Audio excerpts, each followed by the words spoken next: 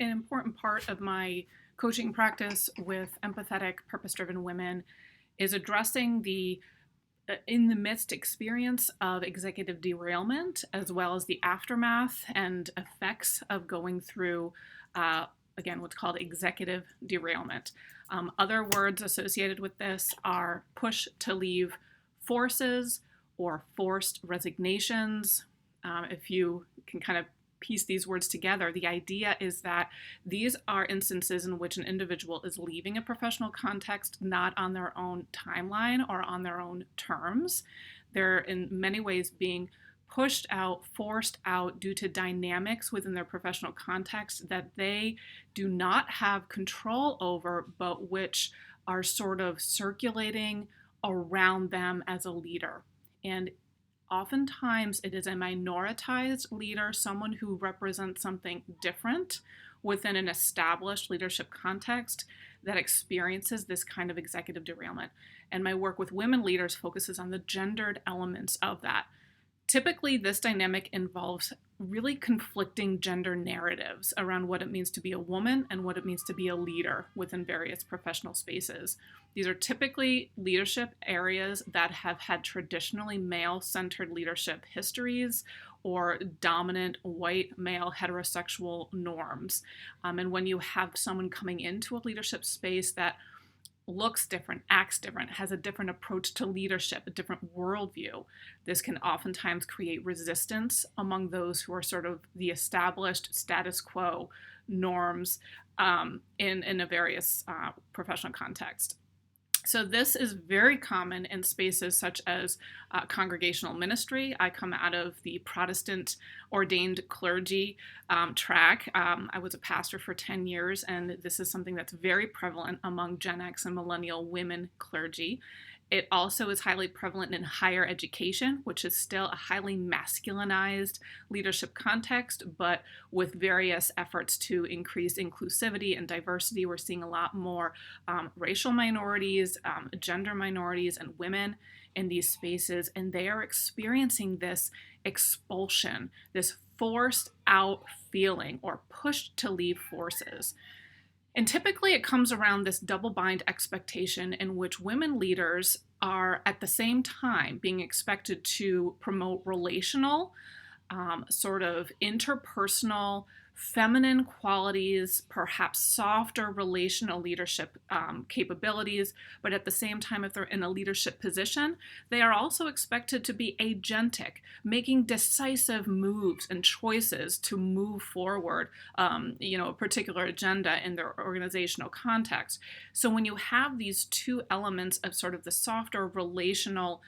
emotive, empathetic woman alongside a more divisive decision-making agentic leader who is also a woman, people can see these as mutually exclusive or qualities that do not fit well together. And when you perform one and not the other, or you flip-flop and go back and forth, which as a woman leader we often do, we integrate these various qualities. It can be very unsettling for people who are exposed more traditionally to kind of a white male heroic single leader. And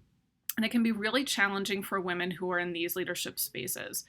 So if you're finding yourself in an instance of executive derailment, you're feeling these forces around you that are pushing you out, whether it be small groups of people bullying or toxic colleagues and leaders who are sort of throwing you under the bus or scapegoating you, or you're feeling you're becoming the lightning rod for anxiety in a particular workspace, or the punching bag, the emotional punching bag for people's projections around change or new approaches to decision making. If you find yourself in this situation, it's really scary. Your sense of job stability is threatened, your sense of psychological safety and boundaries are being violated in many ways that are not sustainable.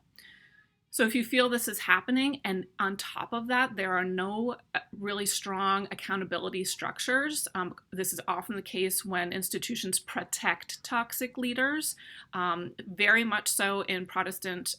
church culture, very much so in higher ed and education administration, protecting toxic leaders who maybe have been there for a long time or who have a lot of charismatic leadership. If you're finding that people are protecting those individuals and you no longer feel that you have an advocate or a space for reporting concerns or having accountability, it's important to make really clear-cut decisions about how you're going to exit that situation. And unfortunately, it is being sort of the impetus is outside of you in the sense that you're feeling pushed out. But sometimes the momentum behind that is so strong that the safest and I think most timely decision can be to really pivot and to move in a direction, either a different department in your organization, or have a career shift, or take some time to recalibrate if you can financially, can be really important space because this can be a really damaging experience in sort of your professional journey. It can be very destabilizing in the sense of your leadership confidence and your ability to see yourself as an effective leader. So taking time to revalue and strengthen those leadership traits that oftentimes are the very things that create this opposition around a leader